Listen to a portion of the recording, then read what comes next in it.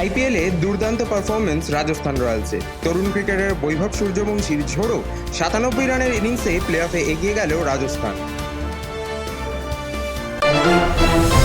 Mumbai police গ্রেফতার করেছে পশ্চিমবঙ্গের এক গয়না কারিগরকে। অভিযোগ, গয়না তৈরির জন্য দেওয়া প্রায় 4.51 কোটি টাকার সোনা নিয়ে পালিয়ে গিয়েছিলেন তিনি। প্যারা অ্যাথলেটিক্সে আবারও ইতিহাস গড়লেন সুমিত আন্টিল। জ্যাভলিন থ্রোতে 74.82 মিটার ছুড়ে নিজেরই বিশ্ব রেকর্ড ভাঙলেন এই প্যারালিম্পিক চ্যাম্পিয়ন।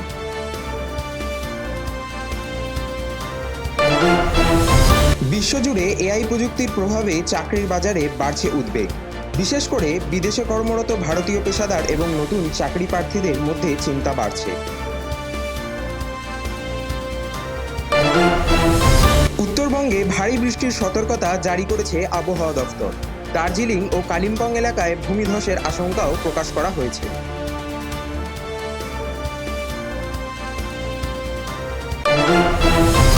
আন্তর্জাতিক বাজারে অপরিশোধিত তেলের দামের ওঠানামায় জ্বালানির মূল্য নিয়ে বাড়ছে উদ্বেগ। এর প্রভাব ভারতের অর্থনীতিতেও পড়তে পারে বলে মনে করছেন বিশেষজ্ঞরা।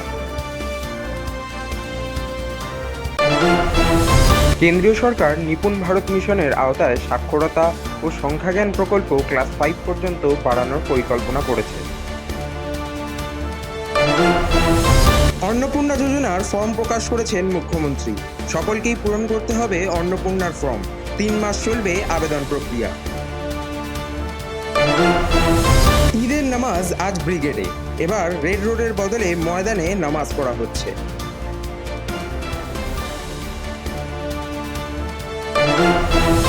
দীর্ঘ 4 বছর পর জুন মাস থেকে ফের বাংলায় 100 দিনের কাজ চালুর প্রস্তুতি শুরু হয়েছে বলে প্রশাসনিক সূত্রে খবর।